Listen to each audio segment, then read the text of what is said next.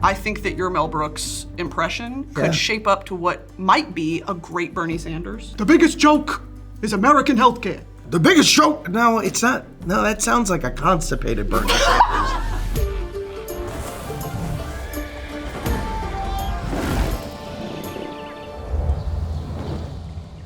Welcome to Royal Court, the show where pop culture royalty compete for a spot on my trusted council. Please welcome the star of Angry Birds and Angry Birds 2, Lord Josh Gad. Yes, cheers. Hello. My good fellow! You know what's a real bummer? Let me know. I looked in the mirror before I came out here, and I got real Henry VIII vibes. But like not like leg sores and all. Yeah, but like not early Henry VIII, like combustible fat Henry VIII. Late stage, already cheated on 5 of the wives, like beheaded too. Yeah. Beheaded. It's a tough look. Well, Josh. Yes. Thank you so much for joining me here today. Thank you for having me. We're gonna have some fun, if that's okay with you. No, I don't like fun. Okay. I prefer very serious conversations. Well, we can do that in period settings. In a feather cap. Yeah, in a feathered cap. Okay. Donning my best Henry VIII about to die look. I think it's giving more LeFou than, you know. Did you watch? Well, yeah, not so much the hair. LeFou wore none of these things. LeFou was not in any royal family. Why did you say that? It's just sort of the fact that it's period made you think that. Exactly. But it's the equivalent of being like, yeah, you're giving me very Murder on the Orient Express vibes right now. Okay, Lord Josh. Yes. Are you ready for the trials set before you today? Nervous, but ready. I'm also learning how to sit in a throne. They didn't have elastic backs back then, which is a real bummer for those people. Like all of my office chairs go back, and kings would have just not been able to lay down. You know, they would have done well with, like, what's that called? Ergonomic thrones? Yes. Yeah. We'll get into that. I'm too short. My little feet are dangling off the chair. So I've got to do one of these things to ask, please. If you need to do crisscross applesauce. Yeah, I'll do like a little, yes. Okay. Great, you look really comfortable. Thank you. Okay, without further ado, let the trials begin. Thoughts on that spotlight? That's not great. My thoughts are I should have worn sunglasses into this indoor interview today. Joshua Gad Zeta-Jones. Yeah. Okay. You were named a Disney legend. Hallelujah. Thank you. Yes. Yeah. You always want to win legend awards in your 40 just to hedge your bets in case you have bad cholesterol or really, really shocking blood work. So I'm very happy. Thank you, Disney. Now, posthumously, I'll have at least 1 legend award before I die. Didn't make it to get your hands on that wall, but it's sort of my Tom Sawyer watching his own funeral moment. Okay, my question is, do you get to go to Disney for free, or do you get a sort of discount on Lightning Lane? Like, what's happening there? I get, like, all-you-can-eat buffet Disney stuff. Okay. So they're very, very nice to me. And like when I want to go to Disney, they're like, you can come to Disney. And that feels really like great. And then you realize I've made them billions of dollars, so it's the least they can do. It is. Because like they don't give me like any of the like receipts on like those movies. Yep. I don't get, so like Disney tickets is sort of my payment. Yeah. Do you have a favorite ride? Do you do the rides or do you just ambience? Do I do that? Who goes to Disney for just the food? You'd be shocked. Hey, how about for the walking? Really? There's some psychotic by the way, that's where I get my most steps. Trust. That's where I get my most steps. There was this thing that people are saying online of like, do you like Disneyland or do you just like the idea of a walkable city? Oh. Because we live in LA. Yes. No, I have many favorite rides. I love the artist formerly known as Splash Mountain. Tiana's Bayou. Tiana, it's great. Just went on it in Florida. Loved it. This is just Disney nerds free time. Yeah. Are we still rolling? Just hanging out. The crew left a long time ago. It's unnecessarily bright. Even with the sunglasses, my corneas are doing that like ring thing where it's like I'm seeing like problems developing. When you rub your eyes too hard? Yes. Yeah. Yes. Well, anyway, my favorite ride, thank you for asking, is Twilight Zone Tower of Terror. Oh, in Disney Studios Florida. And check this out. I'm for real about it. Oh, you are. Check this out. Cool? I have nothing. I did nothing. Those bracelets are cool. Thank you. Josh, you watch Dance Moms with your daughters. I do. I was just watching last night. Chloe came back. Spoiler alert. Who saw that coming? Herstory was being made. Herstory was being made. Season 1 and 2's great Chloe came back. Thank you. It was beautiful. I would like to know, if you were to run a children's dance studio, would you Yes. do it kindly, with an iron fist? You know, like, what are you sort of thinking managerial-wise? Well, I would, like, so my style is kinder, but that wouldn't do ratings. And I wouldn't get a show called Dance Moms. And So I'd that's very true. probably be very cruel, just for the purposes of having a hit show, I guess. Yeah, Josh, in Angry Birds. You're really loving the Angry Birds franchise. Yes, go on. Back to Angry Birds. Yes, So, yes. your bird wipes ass on a cop's desk and recites a poem about a hate crime. Yes. I want to know sort of what liberal arts college did he attend, if you have any idea. Yes, Chuck went to Vassar. Chuck is a Vassar grad, and he actually graduated magna cum. So Oh, it's hallelujah. Chuck really learned all of those ass wiping lessons. You have 2 daughters. I do. Which of them is the elder Cunningham and which is the elder Price? Oh yeah, my youngest, my 10-year-old is definitely the Cunningham. Okay. Would she hate to hear that? Well, if she does, she should stop lying to me all the time. This is really, the choice is hers. Yeah. Fate is in her hands. Yeah. I caught her in a lie the other day, and it was so, it was a nothing burger lie. Okay. But it gave her such power because she convinced me that I was like, this is a problem. She could start her own religion. That was my takeaway based on. You said it's giving David Koresh a little bit. It's giving me David Koresh. And so, yeah. And then my other one really is Price. It's so funny. It's the first time I've realized the Book of Mormon characters are my daughters. That's upsetting as hell. No, it's fulfilling a prophecy, I think. You're part of history. It's a really weird prophecy. It is. You know, this is a pivot, but I have to say, with a little elbow grease, I think that your Mel Brooks impression could shape up to what might be a great Bernie Sanders. Oh! Okay. I've never even thought about that. The biggest joke is American healthcare. Like that sort of thing? Yeah, the biggest joke. No, it's not. No, that sounds like a constipated Bernie Sanders. It's like, I think you give my Mel Brooks more credit than it deserves. That could be true. But yeah, but my Mel is accurate. Mel Yeah. that's Mel. Yeah. Mel is, he said, what did he say one day? We were doing something and he goes, I'll do it that way, but it fucking sucks. And I was like, okay. I think that translates to you don't want to do it that way, so let's not do it. I'm reading between the lines. Yeah, I think I'm reading between the lines. When you shot a movie in Australia, you were the only cast member that didn't have an interaction with a kangaroo. Is that right? I mean, I saw an imprisoned one, doesn't or count. like a zoo one. Okay. They don't call them prisoners, do they? I saw one at the zoo.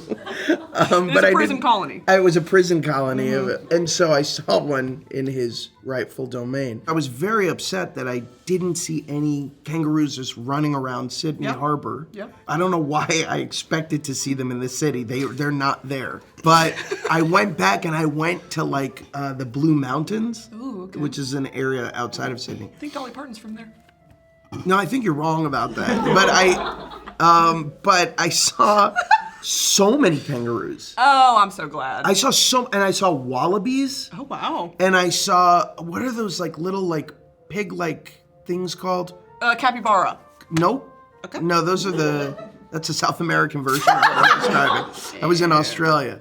And these things are like really cute, but they all have like, I feel like it's hepatitis or something. Koalas have... Well, I know koalas have chlamydia. chlamydia. They all have some form of STD. Every Australian animal is really filthy. Yeah, prison colony. They're prison colony. What? But they were like chasing them and like giving them like, I don't know, like anti-STD meds and like condoms. I don't know. Like it was really weird. But it was, Sex ed books. They were I giving don't them know. sex ed books. I don't know. Yeah. I have a technical snowman question. Oh boy. It's the one and only Olaf question, so Okay, let me get out of got my it. system. I love that we have, for every one Frozen question, 5 Angry Bird questions. It's real great Balance. math. Yeah. Just trying to honor your repertoire. Since Elsa creates Olaf out of magic, is there a sort of, is she the teen mom? Is she the sister? What are the ethics of snowman ownership? Is Olaf a service animal? Jesus Christ. What? How do you see it? Where do I even start to answer this question? We've never done like a Nietzschean study on this character or franchise. Never too late to start. I would pose the question back to you. What do you think? I think, Olaf serves as this sort of guardian. Okay. Yeah, guardian angel. For the reindeer? For who? Like, The little rock people. oh, okay. Yeah, maybe. You've gone deep on this. Yeah, I'm working on my memoir. It's just ethics of snowman It's ownership. going to be a weird class at Vassar one day, isn't it? It's gonna be Weird but necessary. But necessary, yes. You said that Frozen was going to be a bomb. You thought Book of Mormon was going to close in 3 weeks. How are you feeling about this show? I guess I should say it's got 1 episode left so that you guys have a very long run ahead of you. I think that this show could work. I think it's already shown great promise. I don't know what's going to happen after this episode. Yeah. I think the Angry Bird questions are going to confuse a lot of Sure, audience members who came in expecting other questions. Sure. But I think you can rebound. Okay. I think you're going to need a Ryan Reynolds sort of style episode next to just win back your audience. Maybe him and Hugh Jackman together. Yes. Okay. It's going to require true star power. But I think it's within, you have enough people here. Yeah. The audience can't see, but there's 20 people and I don't know what they're doing. 8 of them are on 3 cameras. Yeah. But yeah, you've got a great team. Okay. Thank you for your candor. Josh, with that, you've passed. Yes! Oh God, they're not shutting it off. Well, Josh, Yes. I'm famished after such a beautiful royal interrogation. What about you? Am I also to do the, yes, me too. I am quite famished. As you can see by my withering body, I haven't had carbs in 20 minutes. Well, I think it's time for a royal feast. Squires! Very excited about this. Yes. Lift. Oh! Okay. Ooh. Now let me say something. I feel like I'm on United Air right now or something. This is great. Yes, tell me. You were once told, or you once said, that if you failed at acting, you'd be the guy who put pimentos in the olives? My brother Jeff, may he rest in peace, he's still alive. He told me that if I were to pursue acting, I would be the one who puts the pimentos in the olives manually. I don't know that that's a job, but he basically said that would be my future. Yeah. Well, Jeff, as they say in medieval England, fuck off. Suck on it. Yeah, suck on it. This commemorates the first ever in real life meetup of the Robert Downey Jr. Chaplin fan club. Okay? Okay. I saw you on Kimmel fighting for your fucking life, trying to tell those troglodytes how important that movie is. Yes. Okay? You're in a safe space here with me. Thank you. That movie changed my life. Right? It was, and people don't know that. That's No. already People, is. and by the way, here's what else people don't know. People don't know that movie was made by John Hammond. Thank you. The person who created the Jurassic Park. Thank you. The actor, technically, who played that character, directed that movie. The T-Rex. Not the T-Rex, no. That would have been very strange, but it's a perfect movie. And it really opened my eyes to, because I was early high school, I was probably 14 when I saw it for the first time, and I was like, I didn't know biopics could be like that. I know. It was, and it really is one of those where it carries you from his childhood to when he dies. It was fully encompassing, And all the one nuance. of the greatest supporting casts. Couldn't agree more. Kevin Kline as Fairbanks. Couldn't agree more. Oh, I knew I loved you. I have a few questions of like, what is it that endears you to Chaplin? Because I know he's a huge inspo for you. I just have an olive here, and I'm going to remove it. Now I'm ready for 100%. your question. Again, not a food that would really get stuck in your teeth, so No. that's kind of crazy. It is crazy. My wife calls my teeth the nets. They capture everything that they shouldn't as well as what they should. But go on. It's like the trauma of that is that I only had one olive, and it did that much damage to our conversation. Go on. Yes. Why do you love Chaplin? So I have watched basically like every Chaplin, anything there is.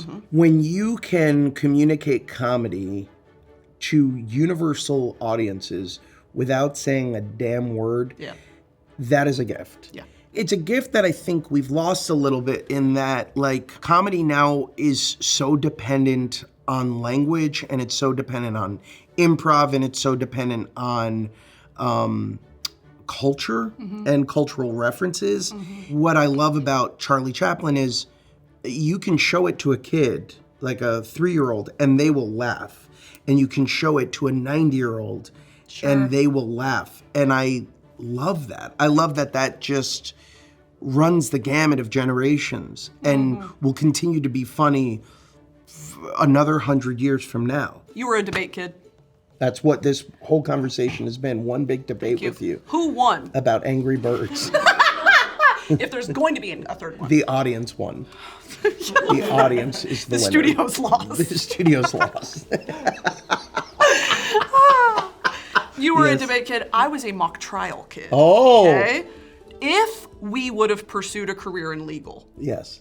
we would have been in prison by now. I'm of the opinion. Yes. So, do you see any timeline? Wait a second. What's wrong? Tell me. So if we pursued a career in legal, we would have been criminals? What would have how did we end up in jail? I think it would have been sort of like a mistrial that went so bad, I would have just... That they were ended up- like, you know what? The defendant is cleared.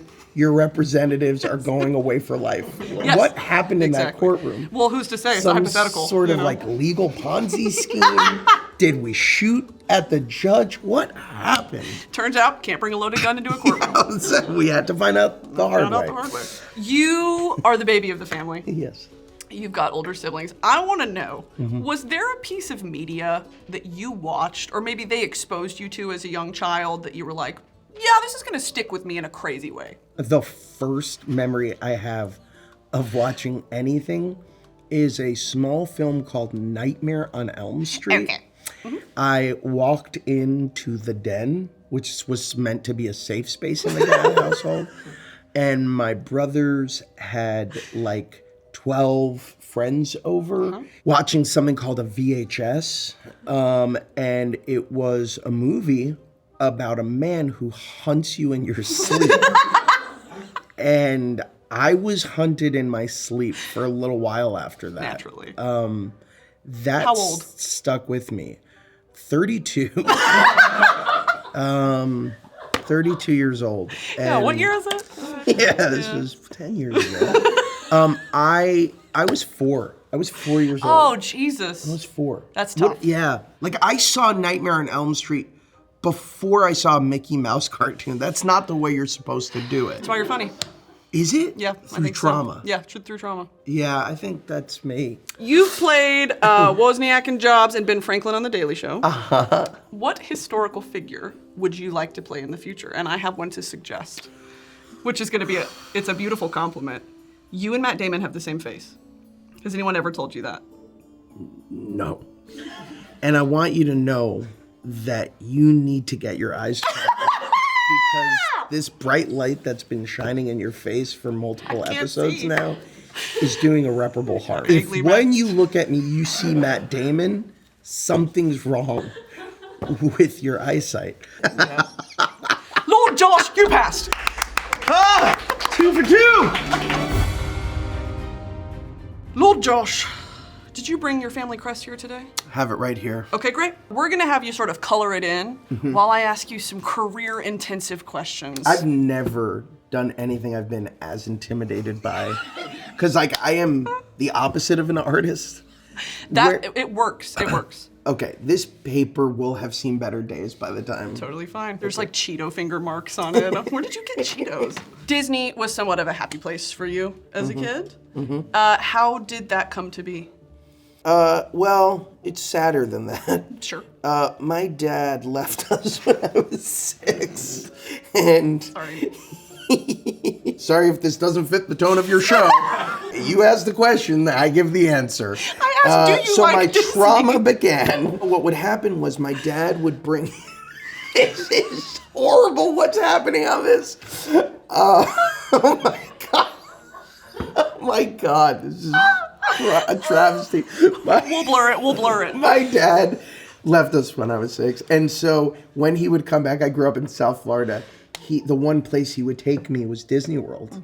And so like it became like symbolic of like love. Sure, yeah. That I didn't necessarily feel. Also, I saw a movie called Aladdin, and Robin Williams played the you had nothing to do with it, so I don't know why you're thinking. I'm thanking you for saying that But because it's right. I saw this movie, and I saw this character Genie, and I literally turned to my mom and I said, I want to do that one day. There are few voice actors, or actors in general, who are able to accurately create like what Robin Williams did with Genie. That is just out of this world. When you let a creative run wild with that character, magic happens. I think that that's happened multiple times for you in your career, so congrats on that. Specifically the Angry Bird film? Specifically Angry Birds 2, but I think that is, it's a beautiful, inspiring thing to watch. So I think it's very full circle of, you know, you're inspired by what Genie was, and you've created that in and of itself with a sort of Olaf. I really appreciate that. Yeah. I think you're wrong, but I appreciate it.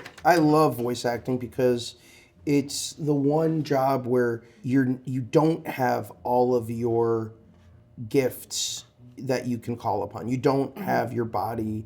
You just have this thing, and you have to trust the animators. This is insane. I'm creating things that are somewhere buried in my subconscious. I think they call it abstract art. Jesus wild. Christ. It's wild. What's going on over there? Yeah, so, yes. Matt Damon, huh? You are working on the Chris Farley biopic. How absolutely full circle is that to, you know, whatever your relationship with SNL was, to now be working with Lorne Michaels directly on someone as important to comedy as Chris Farley? What does that feel like? I was once given an incredible piece of advice, which was, if and when you direct something, make it the most personal film you'll ever do. And in the search of what that would be, nothing was more personal than Chris Farley. In many ways, he was my gateway to this career. For sure. I watched him, I studied him, I lived for him. His death was one of those things that like was probably like the first big tragedy of my life. Like I felt this enormous loss for somebody I'd never met, I never knew. For me to be able to tell this story and to be able to sort of find that connective tissue to my own journey, it's really exciting. Josh, would you present us your shield into your camera? The first thing was, what's your favorite season? This, which camera? Which camera's getting all this? That's winter. These are snowflakes. Yes, they are! It's a snowman. And that's winter. You understand? Okay. That's all that is. The next thing. The next thing was your favorite medieval creature. Here we go. And Igor? Igor's your favorite? I chose a vampire penguin. This penguin is really evil. I don't know why I chose him, but it was the first thing that came to mind. Symbol of your family.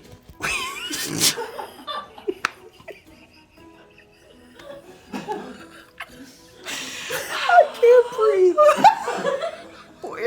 We all have bad eyesight. Glasses are. It's a tribute to what's going on with our broken eyes. I did not understand the assignment, guys.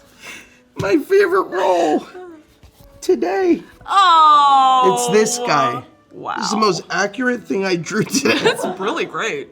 It's this. It's this moment now. It's reliving all of my finest achievements from Angry Birds. Thank you. And it's learning so much about myself. This belongs in a museum. We're gonna put it up on that wall. You see that? I need it to be under the light that you used earlier. That's yours now. Do you want me to sign it? I do want you to sign it. Thank you want to. so much, Josh. I want to. All right, Josh. For your candor today, we will proceed with a knighting. I knight thee, Joshua Gad Zeta-Jones, angriest bird in the realm. Shing. Oh, Everyone clap. thank you. Thank you so much. I will tell you, of the 2 honors I've received, Disney Legend and whatever that was, Disney Legend is still the one I prefer. But, don't blame you. But this was beautiful. It taught me so much about myself. Good. Things I didn't want to know. It is my honor, privilege. We have a gift for you. Oh! Please enjoy. Isn't that gorgeous? This is stunning. And like every other cup you've given me, empty. Thank you so much. Joshua! Yes? Is there anything you'd like to promote to my common folk? I have a book which comes out in the future, which is also the now. That book is called In Gad We Trust. If you've enjoyed what you've seen today, or more likely have hated every second of watching what I did, please let me make it up to you. Purchase my book, In Gad We Trust, and let me take you on the ride of a lifetime. Thank you. Please. Beautiful. Guards, take him away. Thank you, Joshua. Oh, no. Goodbye, guards. Oh no. Ta-ta.